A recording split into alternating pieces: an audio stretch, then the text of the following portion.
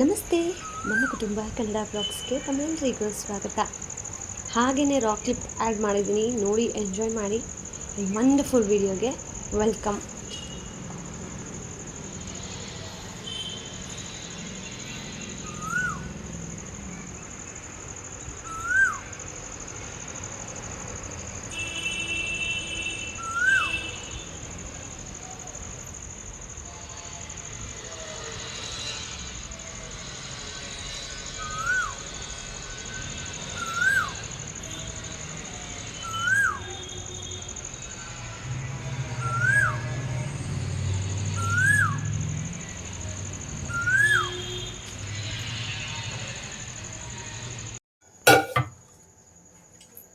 Hi friends, ಇವತ್ತು ಒಂದು different ಆಗಿರೋ ರೆಸಿಪಿನ ಶೇರ್ ಮಾಡ್ತಾ ಇದ್ದೀನಿ. ಇದು ಸೋರೆಕಾಯಿ ತುಂಬಾ ದೇಹಕ್ಕೆ ತಂಪು. ಬಟ್ ನಮ್ಮ ಮನೇಲಿ ತೀರಾ ಅಪರೂಪ ಮಾಡೋದ್ರಲ್ಲಿ ಈ ಸೋರೆಕಾಯಿನೂ ಒಂದು. ಬಿಕಾಸ್ ನಮ್ಮ ಯಜಮಾನ್ರು ತಿನ್ನಲ್ಲ, ನಾನು ನನ್ನ ಮಗ ಇಬ್ಬರೇ ತಿನ್ನಬೇಕು. ಸೊ ಈ ಸೋರೆಕಾಯಿ ಜಾಸ್ತಿ ದಿನ ನಾವು ಸ್ಟೋರ್ ಮಾಡೋಕ್ಕೂ ಆಗೋದಿಲ್ಲ, ಅದಕ್ಕೆ ಅಂತ ಹೇಳಿ ಮಾಡ್ತಾ ಇರಲಿಲ್ಲ. ಸೊ ಇವತ್ತು ನಾವು ಸಂತೆಗೆ ಹೋಗಿದ್ವಿ ಅಂತ ಹೇಳಿ ಆನ್ ದ ವೇ ಬರಬೇಕಾದ್ರೆ ಸ್ವಲ್ಪ ತರಕಾರಿ ಅದೆಲ್ಲ ತೊಗೊಂಡು ಬಂದ್ವಿ. ಸೊ ಅದಕ್ಕೆ ಇವತ್ತು ಸೋರೆಕಾಯಿ ಗೊಜ್ಜು ಮಾಡ್ತಾ ಇದ್ದೀನಿ. ಹೇಗೆ ಮಾಡ್ತೀನಿ, ಎಷ್ಟು ಈಸಿಯಾಗಿ ಆಗುತ್ತೆ ಅನ್ನೋದನ್ನು ನೀವು ನೋಡಿ. ಸೊ ಫಸ್ಟಿಗೆ ಸೋರೆಕಾಯಿನ ಸಣ್ಣದಾಗಿ ಹೆಚ್ಚಿಟ್ಕೋಬೇಕು ಗೈಸ್.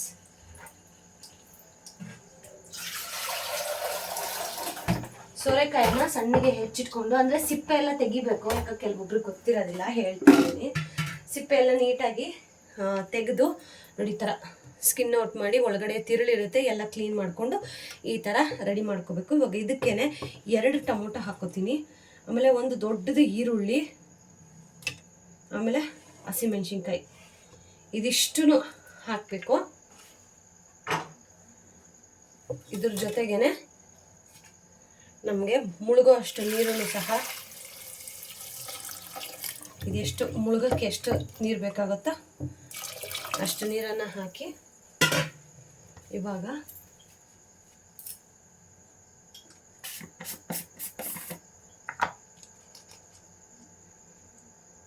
ಸ್ವಲ್ಪ ಅರಿಶಿನ,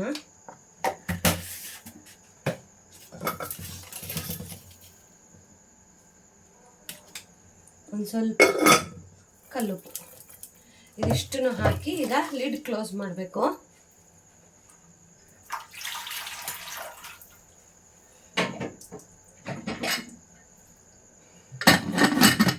ಲಿಡ್ ಕ್ಲೋಸ್ ಮಾಡಿ 2 ವಿಜಿಲನ್ನು ಹಾಕಿಸ್ಕೋಬೇಕಾಗತ್ತೆ.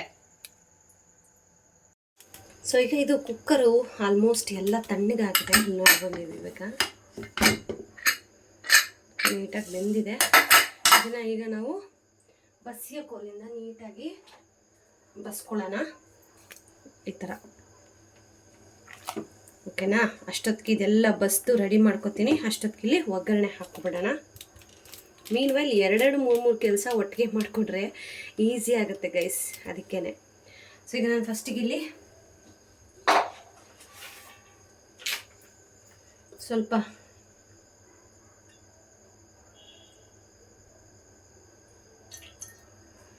ಎಣ್ಣೆ ಹಾಕುತ್ತೀನಿ.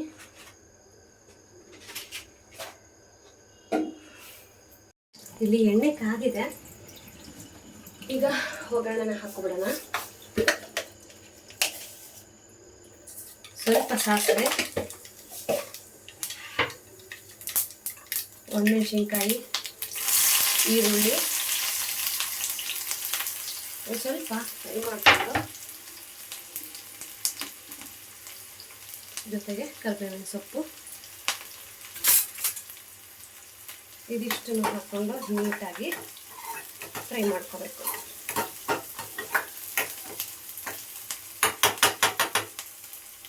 ಸೊ ಒಗ್ಗರಣೆ ಅದು ಫ್ರೈ ಆಗ್ತಾ ಇರಲಿ. ಇನ್ನು ಈ ಕಡೆ ನಾವು ಆಗಲೇ ಏನೋ ಬೇಯಿಸಿಟ್ಕೊಂಡಿದ್ದೀವಲ್ಲ, ಅದನ್ನು ನಾನು ಬಸಿಯ ಕೋಲು ಬರುತ್ತೆ ಗೊತ್ತಾ, ಸೊಪ್ಪು ಬಸಿಯ ಕೋಲು. ಸೊ ಅದರಿಂದ ನೀಟಾಗಿ ಈ ಥರ ಬಸ್ಕೊಂಡಿದ್ದೀನಿ. ನಿಮಗೆ ಇಷ್ಟು ನುಣ್ಣಗೆ ಬೇಡ ಅಂದರೂ ಹಾಗೇನೆ ಸಹ ಹಾಕ್ಕೋಬೋದು. ಓಕೆನಾ? ಇವಾಗ ನಾನು ಇದಕ್ಕೆ ಉಪ್ಪು ಖಾರ ಏನೂ ಹಾಕಿಲ್ಲ. ಸೊ ಅದಕ್ಕೇ ಇದೊಂದು ಚೂರು ಸಾಂಬಾರು ಪುಡಿನ ಹಾಕೋತೀನಿ. ಖಾರದ ಪುಡಿ ಹಾಕೋಬಿಡಿ, ಬಿಕಾಸ್ ಆಲ್ರೆಡಿ ಹಸಿಮೆಣಸಿನ್ಕಾಯಿ ಹಾಕಿರೋದ್ರಿಂದ ಖಾರದ ಪುಡಿ ಬೇಡ. ಒಂದು ಸ್ವಲ್ಪ ಸಾಂಬಾರು ಪುಡಿನ ಹಾಕೋತೀನಿ. ಅದ್ರ ಜೊತೆಗೇನೆ ಒಂದು ಸ್ವಲ್ಪ ಧನಿಯಾ ಪುಡಿನೂ ಸಹ ಹಾಕೋತೀನಿ. ಹಾಕ್ಕೊಂಡು ನೀಟಾಗಿ ಇದನ್ನು ಕಲಿಸ್ಕೋಬೇಕು. ಸೊ ಇದು ಚಪಾತಿ, ಪೂರಿ, ರೈಸ್,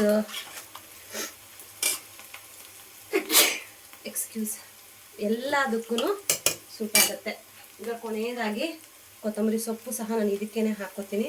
ಈಗ ಸಾಂಬಾರು ಇದು ಒಗ್ಗರಣೆ ಏನು ಮಾಡಿದ್ದೀವಲ್ಲ, ಸೊ ಅದನ್ನು ಡೈರೆಕ್ಟ್ ಇದಕ್ಕೇನೆ ಹಾಕ್ಕೊಬರ್ತೀನಿ.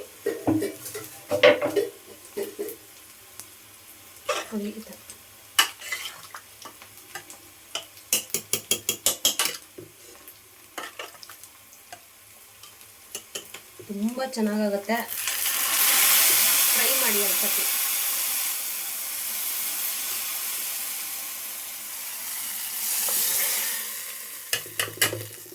ಒಗ್ಗರಣೆ ಕಂಪ್ಲೀಟಾಗಿ ಹಾಕ್ಬಿಟ್ಟು ಇದನ್ನು ಒಲೆ ಮೇಲೆ ಒಂದು ಸ್ವಲ್ಪ ಹೊತ್ತು ಗಟ್ಟಿಯಾಗೋವರೆಗೂ ಕುದಿಸ್ಕೋಬೇಕು ಅಷ್ಟೇನೆ. ನೋಡಿ ನೀಟಾಗಿ ಇದು ಸ್ವಲ್ಪ ಗಟ್ಟಿ ಆಗೋ ಕನ್ಸಿಸ್ಟೆನ್ಸಿ. ಯಾಕೆ ಸಾಂಬಾರು ಪುಡಿ ನಾವು ಇವಾಗ ಹಾಕಿದ್ದೀವಿ, ಧನಿಯಾ ಪುಡಿನೂ ನಾವು ಇವಾಗ ಹಾಕಿರೋದ್ರಿಂದ ಇದು ಸ್ವಲ್ಪ ಗಟ್ಟಿ ಆಗಬೇಕು. ಅಲ್ಲಿವರೆಗೂ ಇದನ್ನು ಒಂದು ಕುದಿಸ್ಕೊಂಡ್ರೆ ಸೋರೆಕಾಯಿ ಗೊಜ್ಜು ರೆಡಿ ಆಗುತ್ತೆ. ಖಂಡಿತವಾಗ್ಲೂ ಒಂದ್ಸತಿ ಆದರೂ ನೀವು ಮನೆಯಲ್ಲಿ ಸೋರೆಕಾಯಿನ ಟ್ರೈ ಮಾಡಿ, ಓಕೆನಾ?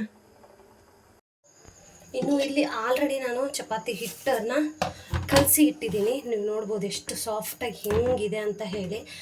ಸೊ ಇದನ್ನ ಈಗ ಲಟ್ಟಿಸ್ಕೊಂಡು ಚಪಾತಿ ಮಾಡ್ಕೊತೀನಿ. ಚಪಾತಿ ಜೊತೆಗೆ ಈಗ ನಮ್ಮ ಮನೇಲಿ ಸೋರೆಕಾಯಿ ತಿನ್ನಲ್ವಲ್ಲ, ಈಗ ನಮ್ಮ ಯಜಮಾನ್ರಿಗೆ ಟೊಮೊಟೊ ಗೊಜ್ಜು ಬೇರೆ ಮಾಡಬೇಕು. ಸೊ ವೆಜ್ ಮಾಡಿದ್ರು ಎರಡೆರಡು ಅಡುಗೆ ಮಾಡಬೇಕಾದ್ರೆ ತುಂಬ ಬೇಜಾರಾಗುತ್ತೆ. ಬಟ್ ಸ್ಟಿಲ್ ಅವರ ಹ್ಯಾಪಿನೆಸ್ಗೆ ಊಟ ಮಾಡಿದಾಗ ಚೆನ್ನಾಗಿದೆ ಕಣೆ ಅಂತಾರಲ್ಲ, ಅದೊಂಥರ ಖುಷಿ ಅಷ್ಟೇ. ಸೊ ಈಗ ಟೊಮೊಟೊ ಗೊಜ್ಜಿಗೆ ರೆಡಿ ಮಾಡಿಕೊಂಡು ಅದಾದಮೇಲೆ ಚಪಾತಿನ ಲಟ್ಟಿಸ್ಕೊತೀನಿ. ಸಾಮಾನ್ಯವಾಗಿ ನಮ್ಮ ಮನೇಲಿ ಚಪಾತಿ ಮಾಡಿದ್ರೆ ಅಥವಾ ದೋಸೆ ಮಾಡಿದ್ರೆ ಟೊಮೊಟೊ ಗೊಜ್ಜಂತೂ ಕಂಪಲ್ಸರಿ ಇರಬೇಕು. ಬೇರೆ ಯಾವ ದಿನವೂ ಕೇಳೋದಿಲ್ಲ. ದೋಸೆ ಆ್ಯಂಡ್ ಚಪಾತಿ ದಿನ ಮಾತ್ರ ಯಾಕೆ ಟೊಮೊಟೊ ಗೊಜ್ಜು ಮಾಡಿಲ್ವಾ ಅಂತ ನನ್ನ ಮಗನೂ ಕೇಳ್ತಾನೆ, ನಮ್ಮ ಯಜಮಾನ್ರು ಕೇಳ್ತಾರೆ. ಸೊ ಈಗ ಫೈನಲಿ ಟೊಮೊಟೊ ಗೊಜ್ಜು ಸಹ ರೆಡಿ ಆಯಿತು. ನೀವು ಆ ಕಡೆ ನೋಡ್ತಾ ಇದ್ದೀರಲ್ಲ ಕುಕ್ಕರಲ್ಲಿ ಸೋರೆಕಾಯ್ದು ಗೊಜ್ಜು ಕೂಡ ರೆಡಿ ಆಗಿದೆ. ಟೊಮೊಟೊ ಗೊಜ್ಜು ಒಂದು ಆಗಿಬಿಟ್ರೆ ಹಸ್ಬೆಂಡ್ ಬರೋಷ್ಟೊತ್ತಿಗೆ ಬಿಸಿ ಬಿಸಿ ಚಪಾತಿ ಲಟ್ಟಿಸಿ ಬಿಸಿ ಬಿಸಿ ತಿಂತಾ ಇರೋದು, ಎಂಜಾಯ್ ಮಾಡ್ತಾ ಇರೋದು. ಆ್ಯಂಡ್ ಇವತ್ತು ಯಾವುದೇ ಒಂದು ಟಾಪಿಕ್ ಬಗ್ಗೆ ನಾನು ಮಾತಾಡ್ತಾ ಇಲ್ಲ, ಜಸ್ಟ್ ನನ್ನ ಲೈಫ್ ಅಪ್ಡೇಟ್ಗಳನ್ನು ಕೊಡ್ತಾ ಇದ್ದೀನಿ.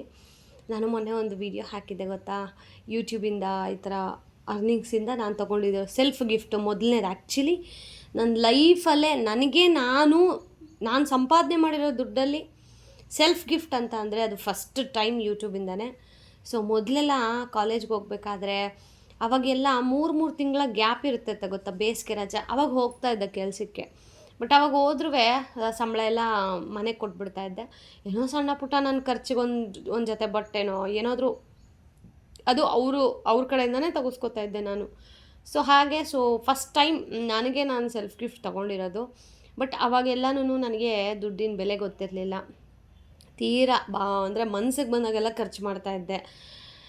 ಸೊ ಆವಾಗ ನಾನು ಮದುವೆ ಆಗಿ ಬಂದಾಗಲೂ ನಮ್ಮ ಯಜಮಾನ್ರು ಎಷ್ಟೋ ಸತಿ ಹೇಳಿದ್ದಾರೆ, ಅದು ನಕ್ಕೊಂಡೆ. ಬಿಕಾಸ್ ನಂಗೆ ಕೋಪ ಜಾಸ್ತಿ, ಮತ್ತು ಅದಕ್ಕೂ ಕೋಪ ಮಾಡ್ಕೋತಾಳೆ, ಅವ್ನಿಗೆ ಕೊಡ್ಸೋಕ್ಕಾಗದೆ ಇಷ್ಟೆಲ್ಲ ಮಾತಾಡ್ತೀಯ ಅಂತ ಅಂದ್ಬಿಟ್ಟು ನಂಗೆ ಕೇಳ್ದೆಲ್ಲ ಕೊಡ್ಸೋರು 2 ವರ್ಷ. ಅದಾದಮೇಲೆ ಯಾವಾಗ ನನಗೆ ಕನ್ಸೀವ್ ಆಗಿ ಡೆಲಿವರಿ ಎಲ್ಲ ಆಗಿ ಕೆಲವೊಬ್ಬರ ಒಂದು ನಿಜ ಬಣ್ಣಗಳು ಬಯಲಾದ್ಮೇಲೆ ಗೊತ್ತಾಯಿತು ನನಗೆ ಎಷ್ಟು ಇಂಪಾರ್ಟೆನ್ಸ್ ದುಡ್ಡು ಅಂತ ಹೇಳಿ. ಸೊ ಅವತ್ತಿಂದ ಇವತ್ತವರೆಗೂ ನಾನು ಬೇಡದೇ ಇರೋ ಖರ್ಚಂತೂ 1 ರೂಪಾಯಿ ಮಾಡಲ್ಲ. ನೆಸೆಸಿಟಿ ಇದೆ, ಬೇಕು ಅಂತ ಅಂದರೆ ಮಾತ್ರ ನಾನು ದುಡ್ಡನ್ನು ಬಳಸ್ಕೊತೀನಿ. ಸುಮ್ಮನೆ ಯಾವ್ಯಾವುದಕ್ಕೂ ದುಡ್ಡು ಖರ್ಚು ಮಾಡಲ್ಲ. ಅದೇ ಅಂತೀವಲ್ಲ, ನಮಗೆ ಜವಾಬ್ದಾರಿಗಳು ಬರೋವರೆಗೂ ಯಾವುದ್ರ ಬೆಲೆ ಗೊತ್ತಾಗಲ್ಲ ಅಂತ. ಸೊ ಅದು ಖಂಡಿತವಾಗ್ಲೂ 100% ನಿಜ. ನಮಗೆ ಅಂತ ಒಂದು ಏಜ್ ಬರಬೇಕು, ಆಮೇಲೆ ಕೈ ಖಾಲಿ ಇದ್ದಾಗಲೇ ಯಾರು ಹೇಗೆ ಅಂತ ಗೊತ್ತಾಗೋದು.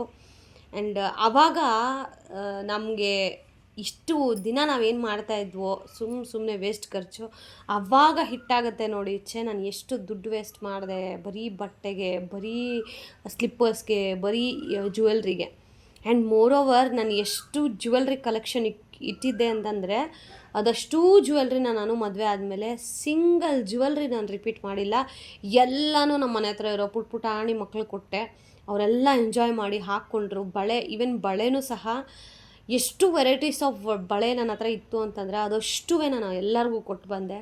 ಇದರಿಂದ ತಿಳಿಯೋದೇನು ಅರ್ಥ ಅಂತಂದರೆ, ನಾವು ಎಷ್ಟೇ ಸಂಪಾದನೆ ಮಾಡಿದ್ರೂ ನಮ್ಮ ಜೊತೆ ಬರೋದೇ ಪ್ರೀತಿ, ವಿಶ್ವಾಸ ಆ್ಯಂಡ್ ನಾವು ಮಾಡೋ ದಾನ ಧರ್ಮ. ಇದಿಷ್ಟೇ ನಮ್ಮ ಜೊತೆಗೆ ಬರೋದು, ಅದನ್ನು ನೆನ್ಪಿಟ್ಕೊಳ್ಳೋಣ. ಆ್ಯಂಡ್ ಇನ್ನು ಊಟ ಸಮಯ, ಊಟ ಮಾಡ್ತಾಯಿದ್ದೀವಿ. ಸೊ ನೋಡಿ ಫೈನಲ್ ನನ್ನ ಪ್ಲೇಟ್ ಹೇಗಿದೆ, ಡಿನ್ನರ್ ಪ್ಲೇಟ್ ಅಂತ ಹೇಳಿ. ಸೊ ಚಪಾತಿ, ಸೌತೆಕಾಯಿ, ಆಮೇಲೆ ಸೋರೆಕಾಯಿ ಗೊಜ್ಜು, ಇದಿಷ್ಟು ನಮ್ಮ ಡೇಯಲ್ಲಿ ನಾನು ಮಾಡ್ಕೊಂಡಿದ್ದಂತಹ ಡಿನ್ನರು. ಹೇಗೆ ಅನ್ನಿಸ್ತು ಇವತ್ತಿನ ವಿಡಿಯೋ? ತಪ್ಪದೆ ಕಮೆಂಟ್ ಮಾಡಿ. Thank you so much. ಇದೇ ಥರ ಸಪೋರ್ಟ್ ಮಾಡ್ತಾರೆ. ನಿಮ್ಮ ಪ್ರೀತಿ, ವಿಶ್ವಾಸ ಸದಾ ನಿಮ್ಮ ಕನ್ನಡತಿ ಭಾಗ್ಯ ಮೇಲೆ ಇದೇ ರೀತಿ ಇರಲಿ ಅಂತ ಹೇಳ್ತಾ, ಲಾಟ್ಸ್ ಆಫ್ ಲವ್.